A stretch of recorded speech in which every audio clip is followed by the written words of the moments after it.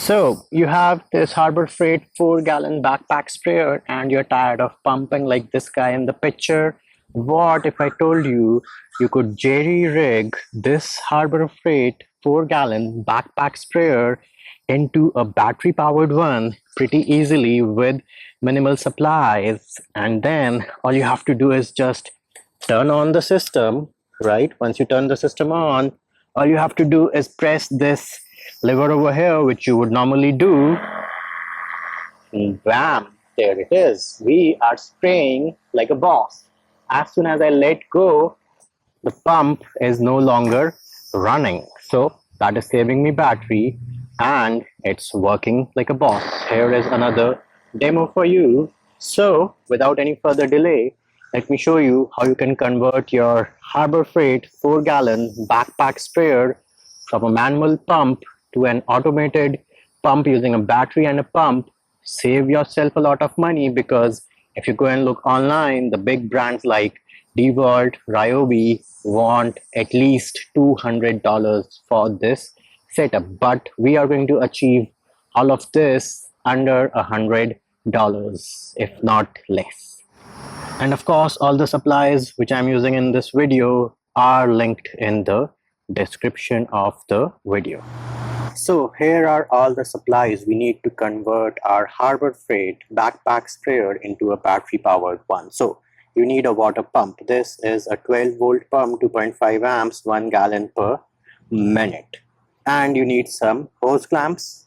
You also need a 3x8 hose, because these outputs and inputs over here for the water supply on this pump are 3x8. Then you need a battery. There are converters or adapters out there which let you use your battery for, say, the Rigid or the DeWalt's or the Milwaukee. You can use those. Me personally, I had this battery pack lying around, and this one of course is 12 volts, and this is the one which I am going to use. So this one here is 9 volts to 12.6 volts, 3 amp max, and this is going to work absolutely fine with this 2.5 amp pump which I have. And of course, you would also need some nuts and washers to mount this pump. Now you have two options. You can either mount it directly to your Harbor Freight backpack sprayer by drilling some holes into it. Me personally, I did not want to drill any holes, so I got this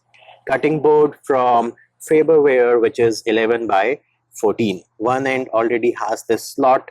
I cut out another slot at the bottom, and then I have mounted this using a strap to this Harbor Freight backpack sprayer. What I'm going to do next is mount this pump like this over here, and similarly mount the battery over here like this.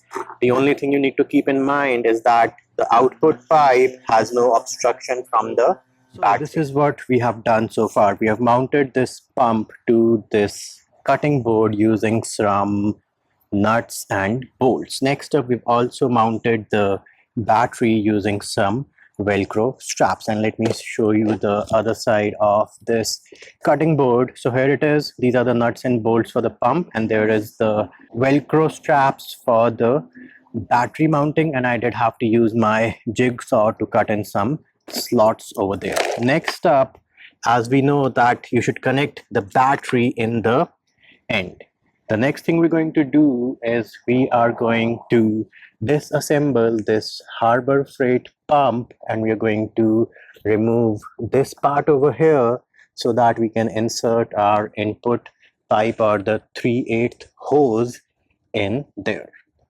So this is our Harbor Freight backpack sprayer 4-gallon, and this is the lever you use to pump it. Now, if you look over here, you have this metal clip. And what you need to do, of course, first is remove the wand side over here, unscrew this, and then the next thing you need to do is use your needle nose and pull out this clip. Now, it might be difficult for me to do it while I'm recording, so let me do that off camera. So here it is. This is the pin which I removed from here, and once you do that, you should be able to slide out this pipe. So this pipe over here is held in place by this. So let me remove this, pop this guy out, and bam, here it is. we have successfully removed this part and it will now slide down. Next up, all you have to do is undo the cap over here, and this whole assembly should come out pretty easily. So let me unscrew this. Bam, here it is. This whole thing has now popped out and we have access to the backpack sprayer. And the next thing we need to do is we need to get this part which I'm rotating right now. We do need this.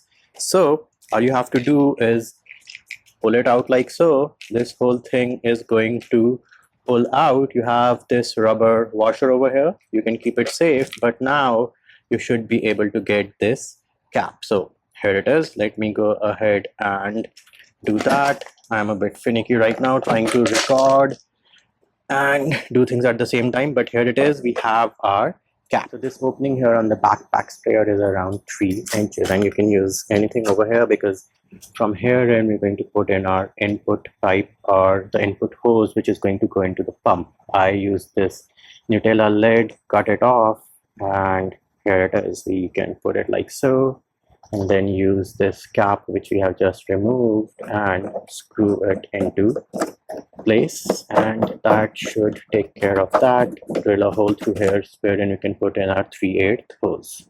So that takes care of the cap for this part, but you still have this whole assembly over here. And to remove this, all you have to do is flip your Harbor Freight backpack sprayer upside down, right? And herein at the bottom, you see this is the part which we use to pump, but you will see this rubber piece over here. So you need to remove this rubber piece, and if I move that pump thingy like that, I should be able to remove this rubber clip with my fingers. So there it is. It will pop out, and now I should be able to slide out this whole assembly.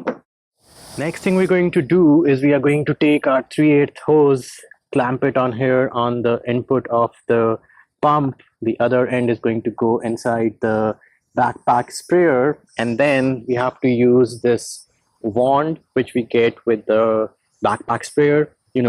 Cut it somewhere in the middle wherever you want to, and then that end is going to go here on the output of this water pump, and again make sure you use your hose clamps. So here it is. I have jerry rigged the final product. Now let me open this. I have filled it up with water, and hopefully I can get the hose. So down there is the hose.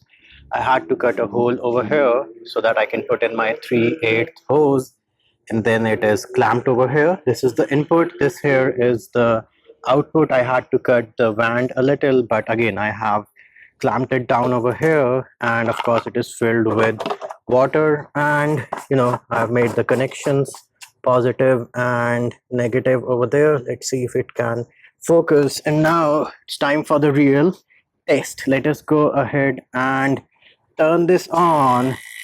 So there it is. You can hear the pump running. The pump is running, and moment of truth. Let us try this out.